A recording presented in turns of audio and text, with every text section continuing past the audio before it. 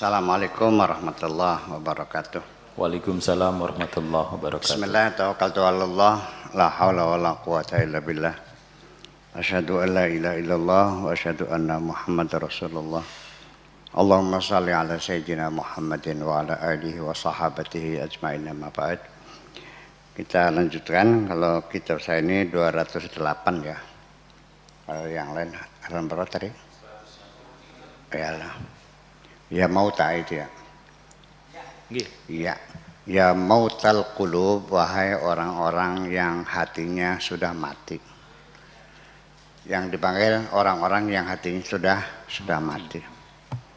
Ya ahyan nufus, wahai orang-orang yang nafsunya masih hidup. Orang yang hatinya sudah mati tapi nafsunya masih hidup. Qulubukum qad matat, hatimu sudah mati. Fakunu fi musibatiha aula ma takunu fi musibati ghairikum. Maka oleh karena itu, jadilah engkau di dalam musibah kematian hati itu lebih utama dibandingkan dengan apa yang terjadi musibah yang menimpa pada diri orang lain. Mautul qulubi al-ghaflah, kematian hati itu adalah ghaflah yang pernah saya uraikan secara khusus. Jadi ketika kita itu masih suka melakukan kemaksiatan, itu bukan tidak sadar, istilahnya ghaflah. Orang melakukan kejahatan, dia sadar kok. Iya. Tapi kok kan dia melakukan, iya sadar. Dia kan melakukan, dia kan ghaflah. Jadi ghaflah itu bukan tidak sadar. Ya apa? Ngelota. Iya. Itu secara terminologis yang tepatnya ghaflah saja. Kalau perlu kita Indonesiakan aja, goplah gitu. Ya. Ghaflah anillahi azza wa jalla wa an dzikrihi, dan juga lalai dari berzikir kepada Allah. Tidak ingat pada Allah dan tidak pernah berzikir kepada Allah. Faman arada minkum ayyuhya qalbahu, siapapun di antara kamu bila ada yang ingin menghidupkan kembali hatinya, falyatruk fihi dzikrul haqqi azza wa jalla, maka titipkanlah di dalam hatimu zikir kepada Allah. Maksudnya berzikirlah gitu, supaya jangan lupa, ya harus banyak berzikir kepada Allah. Wal ansbihi, dan kamu merasa nyaman bersama-sama dengan Allah. Jangan merasa gerah dengan Allah dia. Wa nadru ila sultanihi wa 'azamatihi, ya. Dan hatimu bisa melihat kekuasaan Allah dan keagungan Allah. Wa tasarrufihi fi khalqihi, dan kemampuan Allah dalam mengatur kehidupan makhluknya. Itu yang diingat adalah kebesaran, keagungan, dan kekuasaan Allah untuk mengatur kehidupan makhluknya ini. Ya gulamu, wahai anakku,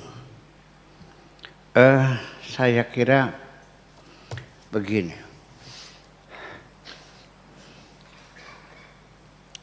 Sedikit muskil ya bagi saya. Lupa, lalai, beda ya. Lupa, lalai, nggak ingat, nggak tahu, kelalen, beli weruh, lagi. Itu beda. Begini persoalannya. Kamu beriman kan? Percaya sama Allah kan? Yakin ada surga dan neraka kan? Pengen masuk surga atau pengen masuk neraka? Kalau masuk neraka mau enggak? Enggak mau. Tapi kenapa sehari-hari kamu masih doyan melakukan kemaksiatan? Katanya kan masuk surga. Tapi kenapa Anda tidak terdorong untuk berbuat kebaikan-kebaikan? Sekalipun Anda ingin berbuat kebaikan dan ingin masuk surga dengan kebaikan-kebaikan itu, sehingga Anda rajin berbuat baik, di tengah jalan diselewengkan makna kebaikan dari pikiranmu itu. Oh ini mah jangan, orangnya hitam, jangan dibantu, kata setannya gitu. Nah ini mah agamanya lain, jangan dibantu, nggak ada pahalanya. Nah ini jangan dikasih makan biar lapar juga, soalnya itu kaman judi. Terasa nggak begitu? Terjadi penyelewengan di tengah jalan. Nah, ya. Ketika engkau akan membantu juga tetap diselewengkan. Nggak perlu sekarang bantunya, dia masih ada uangnya kok dikit mah. Biar aja nanti kalau sudah kelapar sekali baru kamu bantu. Ditangguhkan. Terasa nggak Anda begitu? Karena beda agama, Anda dihalang-halang setan, karena agama sama. Kalau kamu mau bantu orang yang beda agama, nanti kamu masuk nerakanya bareng-bareng. Nah, sejak kapan Allah menyuruh kita berbuat baik itu harus berdasarkan kriteria semacam itu. Harus ada dikotomi. Harus ada pembelahan semacam itu. Bukankah kita semua manusia? Bukankah kita nanti yang menentukan itu Allah? Itulah kira-kira. Tapi kalau kita tegur juga nggak bakal mau. Tetap nggak ada pahalanya nyumbang orang Kristen mah. Gitu. Karena yang dapat pahala itu orang yang beriman kepada Allah dan Rasulnya, yang agamanya Islam. Kalau Muslim ya neraka semua. Dan Muslimnya dibagi 73, yang masuk 1, yang 72 masuk neraka. Siapa di antara mereka itu? Ya aku. Enak banget. Pikir-pikir ya udahlah. Ya mangga silakan, kalau mereka begitu ya mangga silakan. Mudah-mudahan saja Anda masuk surga. Saya doakan kok. Iya. Tapi ketika engkau mendoakan orang lain jangan masuk surga, ya saya tidak ikut doa kamu gitu. Malah saya doakan masuk semua aja sekalian. Iya. Seperti itu. Jadi memang salah satu cara untuk membangkitkan kesadaran kita dalam beragama ini ya berzikir kok. Nah, lalu zikirnya diselewengkan lagi. Ya, baca subhanallah 33, Allahu Akbar 33. Zikir itu bukan begitu, itu namanya wirid. Zikir itu adalah secara kontinu, secara konsisten, berkesinambungan, kamu sadar akan adanya Allah. Dan sadar bahwa segala perbuatan itu dikontrol oleh Allah. Itu yang penting. Kalau baca zikir subhanallah 1000 mah itu namanya wirid. Kalau baca bismillah berapa?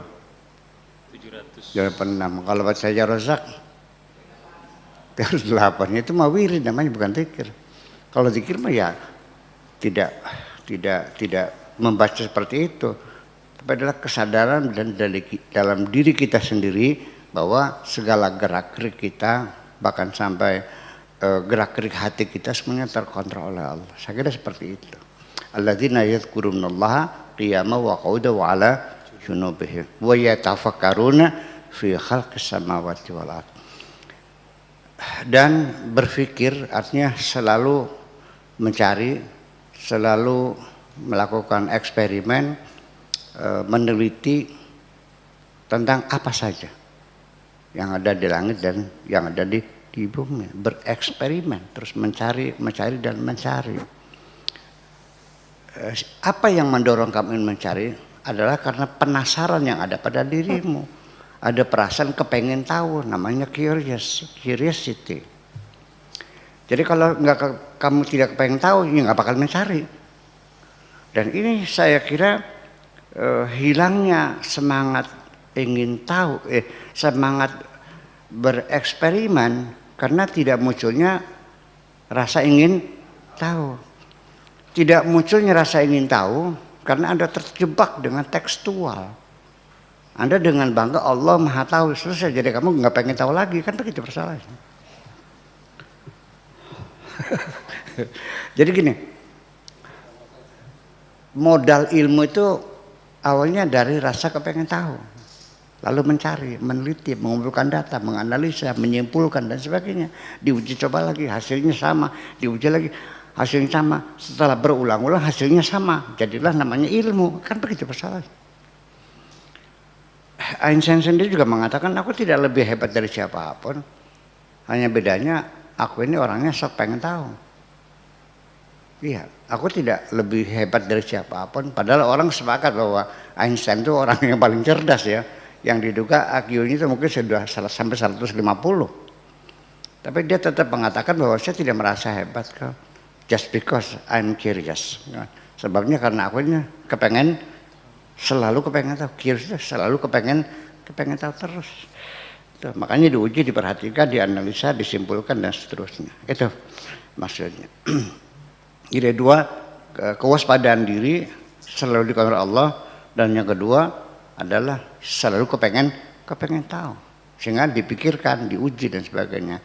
Makanya alladzina yadhkurullaha qiyaman wa qu'udan wa 'ala junubihim wa yatafakkaruna fi khalqis samawati wal ard wa qalu subhanaka ma khalaqta hadza batila. Kesimpulannya mereka mengambil kesimpulan bahwa ternyata apapun yang kau ciptakan tidak sia-sia. Sementara ini kita mengatakan tidak ada gunanya karena kita belum tahu. Setelah diuji ternyata tidak sia-sia. Usus buntu itu dalam beberapa ratus tahun para dokter mengatakan itu tidak ada fungsinya. Tapi sekarang ternyata ada, nggak mungkin tidak ada fungsinya tuh. Nah, kemudian ada otot di sini di kaki kita. Ini juga para nanya ahli maskal ya, ahli otot ini apa ini? Sekarang ternyata dipakai buat jalur arteri di jantung. Itu kan persoalannya. Jadi kalau kamu nggak tahu, jangan bilang ada gunanya. Belum tahu aja lah bilang gitu. Jangan bilang ada gunanya. Nggak mungkin Allah membuat sesuatu tidak ada gunanya.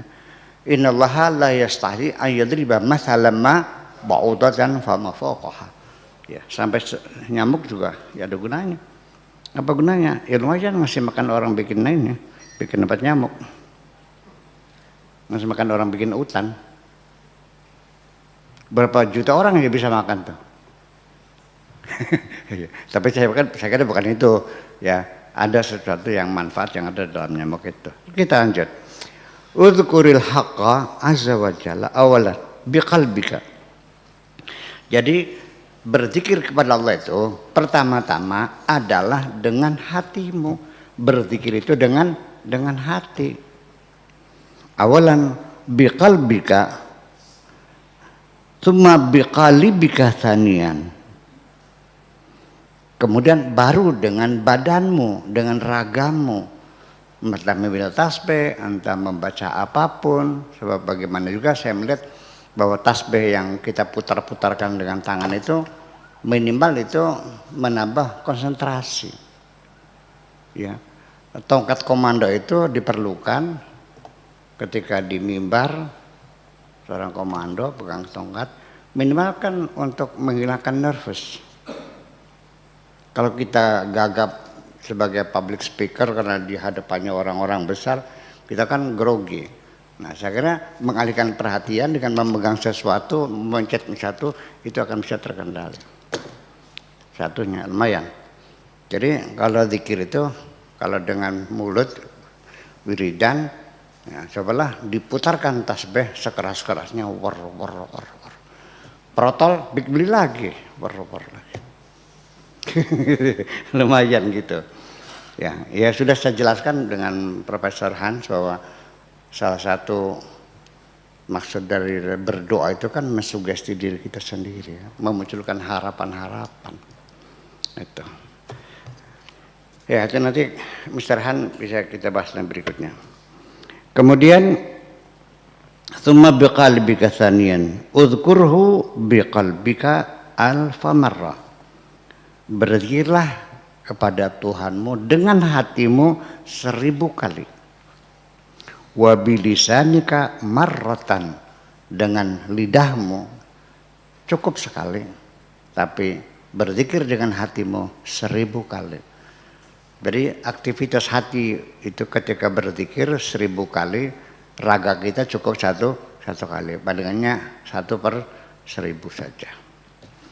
Jadi lebih dipentingkan itu. Uzkurhu inda maji'il afat bisabri.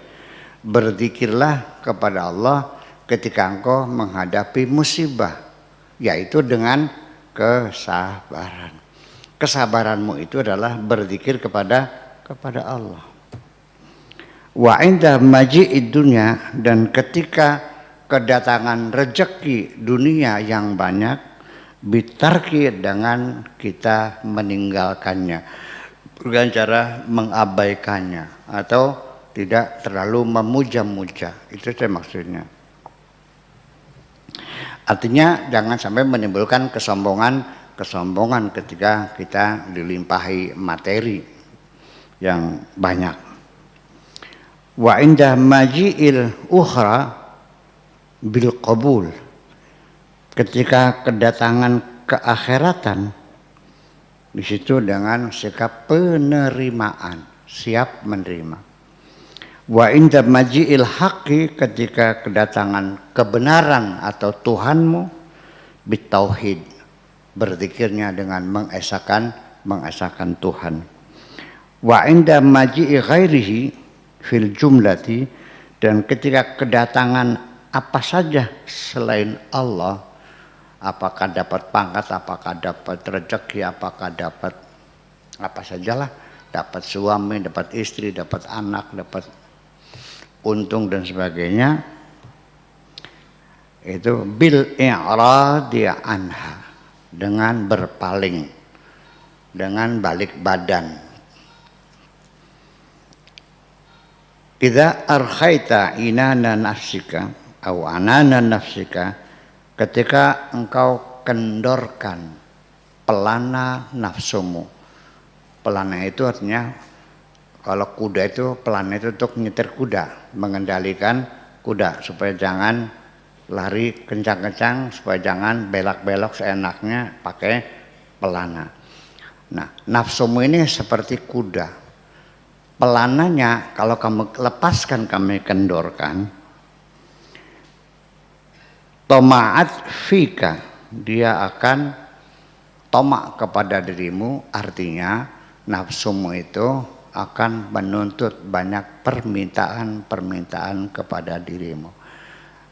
Artinya bahasa Jawane angkone akeh kepengenannya, akan memunculkan berbagai harapan, cita-cita, keinginan nggak habis-habis. Habis beli mobil, beli TV. Beli TV, beli tas Hermes, beli Rolls Royce, setelah itu beli rumah di Menteng, setelah itu pengen jadi menteri, setelah itu nggak akan selesai, dan itu ujungnya akan membinasakan dirimu sendiri. Jangan dikira terlalu Anda punya cita-cita yang banyak itu akan membahagiakan dirimu, tidak, akan menyengsarakan dirimu sendiri. Semakin banyak Anda punya cita-cita dan keinginan, Anda mesti harus memagut kesedihan yang banyak pula. Jadi keinginan itu dikendalikan, diminimalisir, dikontrol berdasarkan skala prioritas, jangan dimunculkan semua. Karena setiap engkau berkeinginan lalu tidak tercapai, Anda kecewa. Saya tidak kecewa tidak jadi bupati. Sebabnya apa? Yang kecewa tidak jadi bupati siapa? Calon bupati. Nah, orang yang miskin lalu dia sengsara dalam kemiskinannya, itu sengsaranya bukan karena dia miskin, karena dia pengen kaya yang tidak tercapai. Ketika dia siap menerima, ya udah kalau ini adalah nasibku, yang penting aku bahagia dengan mensyukuri apa yang kumiliki, dia bahagia kok. Setuju nggak? Nah, kemudian sejak kapan engkau menginginkan sesuatu? Ya sudah barang tentu tidak mungkin ada menginginkan sesuatu yang belum ada. Yang kau inginkan karena sesuatu itu sudah ada dan kamu melihatnya. Sejak kapan kamu ingin beli mobil? Sejak melihat mobil. Sejak kapan kamu pengen kawin? Melihat perempuan. Karena melihat orang kawin, gitu. Terus begitu. Ya. Sejak kapan kamu beli TV yang 65 in? Ini kan 65 in kan? Ya, sejak mata kita melihat 60 in. Yang itu bukan saya, anak saya. Iya. Sementara belum dibelikan, dipantungi semua. Ya terjadi. Orang yang hidup zaman primitif, belum ada TV, belum ada mobil, belum ada laptop. Mereka pengen laptop enggak? Orang yang hidup zaman primitif, kepengen ada nggak yang kepengen laptop? Yang pengen mobil? Pengen motor? Nggak ada. Yang di kampung kita saja, anak-anak begitu melihat ada motor, kan terkaget-kaget. Ada benda bisa jalan sendiri. Sampai asapnya itu dibuat raup.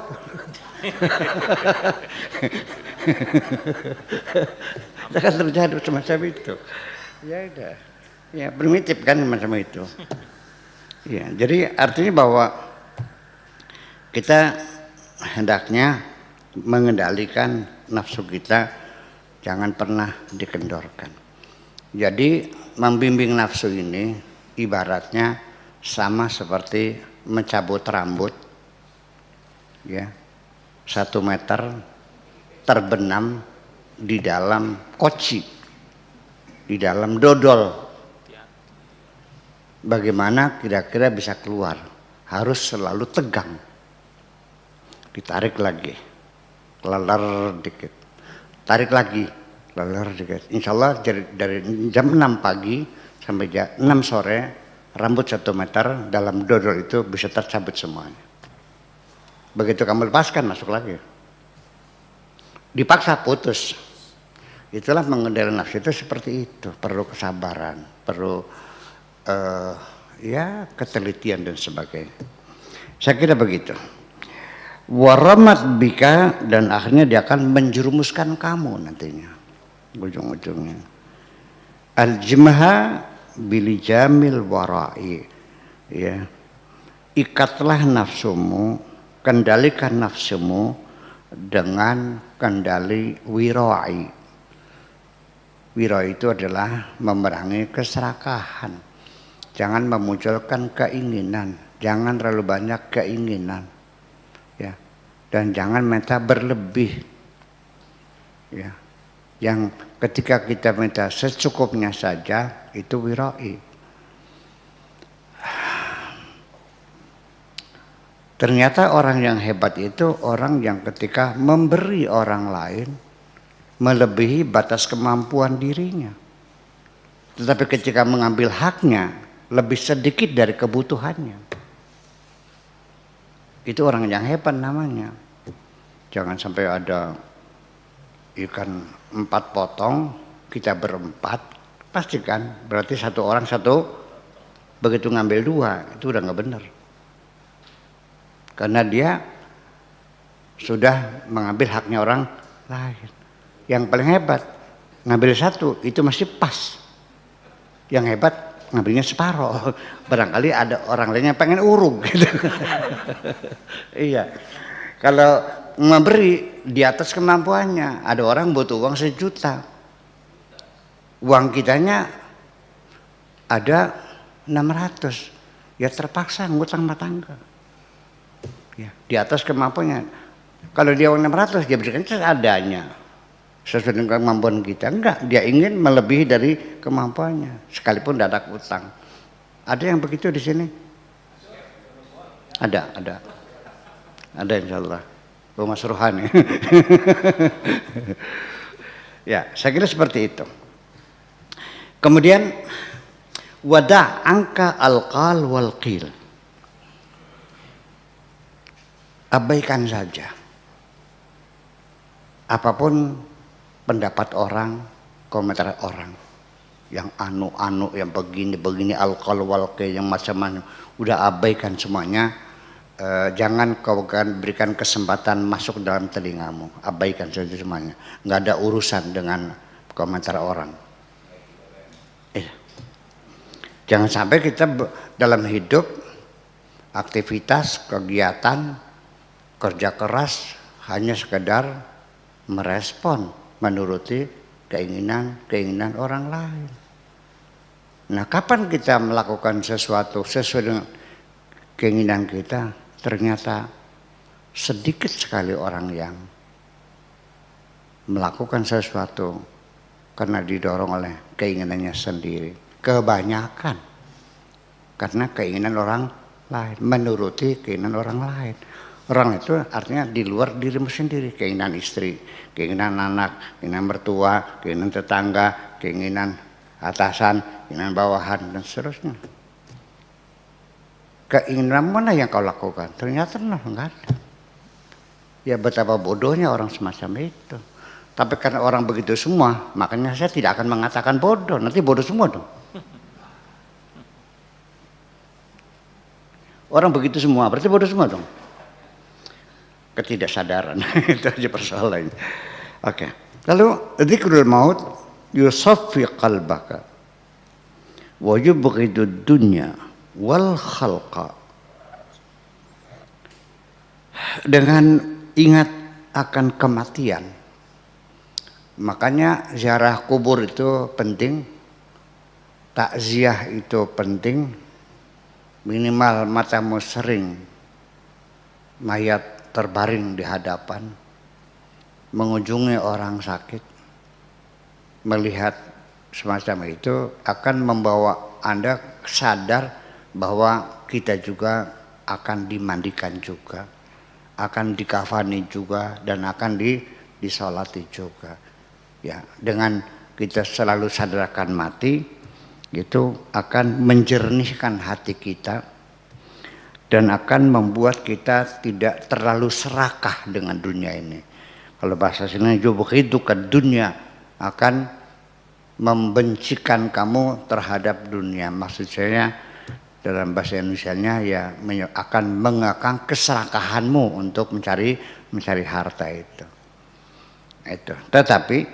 Tetapi saya ingatkan dulu, ketika Anda ingat matinya berlebih-lebihan, juga akan membuat kemacetan. Bukannya menyebabkan kamu menjadi menurunnya semangat kerja lah, ngapain, ntar juga mati kok. Bukan begitu maksudnya. Atau juga yang kedua, menyebabkan engkau menjadi semakin gelisah hidupnya. Apalagi engkau sadar akan mati melihat anak masih belum punya rumah, belum bertangga. Apalagi anaknya masih kecil. Apalagi anaknya masih sekolah, akan ngenes sendiri. Duh, kalau saya mati gimana? Anak tuh ada yang sayang enggak? Sekolahnya, apalagi melihat istrinya masih cantik. Jujurnya ada perasaan semacam itu pada diri Anda, kok saya tahu. Ya artinya jangan sampai menjalar sadar mati sampai ke sana gitu. Minimal sebatas kepada apa yang harus aku pertanggungjawabkan. Karena semua amal perbuatan kita suatu ketika pasti akan dipertanggungjawabkan oleh kita sendiri. Itu aja persoalannya. Jadi kesadaran mati itu sifatnya adalah kita mempersiapkan diri menghadapi kematian, barangkali kapan-kapan tidak lama lagi akan datang. Sehingga utang kita berapa coba dilunasi dulu. Janji kita tepati dulu, ya kan gitu. Dosa-dosa kita cepat kita minta ampunan dulu, kan seperti itu. Kalau perlu ya beli kain putih 12 meter, minyak cendana, mak kapas 2 bungkus, taruh di lemari pakaian, tapi jangan pernah turun di atas terus. Mau ganti baju, dilorot, baju seragam ini kepegang lagi, lorot lagi. Mau ambil kudung, ambil di bawahnya. Baju seragamnya kepegang lagi. Barangkali saja tangan kita memegang baju seragam berwarna putih itu akan menyadarkan kita akan kematian. Besok beli ya 10 meter, udah 12 meter. Sama kapas udah bungkus, minyak cendana gitu. Ya minyak cendana namanya kan. Ya jangan aramis, jangan jangan minyak wangi bikinan Wardah ya. Ya minyak cendana itu. Minyak cendana ya. Itu. Kemudian yankashiful ghita an qalbika. Nanti tutup yang tirai yang menutup hatimu itu nanti akan terbuka, akan terungkapnya selimut yang kain yang menyelimuti hatimu itu. Tabir yang menutup hatimu akan terungkap. Fataral khalqa fanina mauta halka ajsa. Baru kamu akan tersadar bahwa makhluk ini semuanya musnah. Mauta semuanya mati. Halka semuanya rusak. Ajza semuanya lemah. La darra fihim wala nafa. Mereka tidak punya kemampuan untuk memberikan kemanfaatan apapun dan mereka tidak punya kemampuan mencelakakan orang lain dengan apapun. Semuanya yang menentukan adalah Allah Subhanahu wa ta'ala. Pas jam. Jam 11. Oke, gitu aja dulu.